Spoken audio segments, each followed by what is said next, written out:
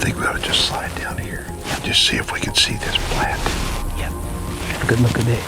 They've found 133 at Keith. Alright, so we've had terribly hot temperatures all day long, and this dag have been tough to locate, but we decided this evening, the sun started going down, we're going to go ahead and take a little walk. And we came down to this little bottom. There's a river back there about 300 yards from where my rifle is pointing.